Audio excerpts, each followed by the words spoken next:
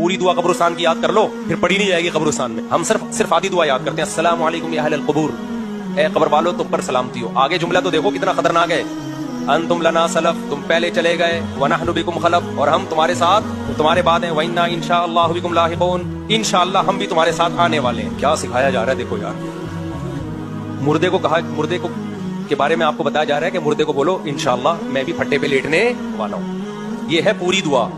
लोग सिर्फ अस्सलामु अलैकुम या अहलल क़ुबूर याद कर लेते हैं और वहां से जवाब आता है वालेकुम अस्सलाम भाई अब्दुल गफूर। कारी साहब का किस्सा सुन लीजिएगा दोबारा। इन्ना इंशाअल्लाहु बिकुम लाहिकून, ये हमें दुआ सिखाई है कब्रिस्तान में जाते हुए, इंशाअल्लाह हम भी तुम्हारे साथ आने वाले हैं, लेटने वाले हैं। कल हमारी भी यहाँ 2-4 कब्रों के बाद इधर की जगह, थोड़े दिन है, ज्यादा टाइम नहीं है मेरे भाई।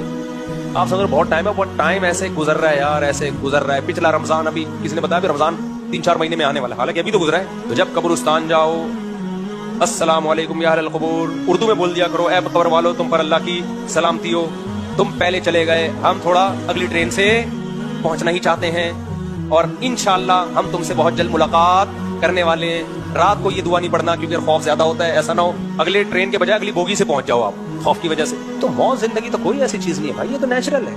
अल्लाह ने पैदा किया किस काम के लिए? मारने के लिए।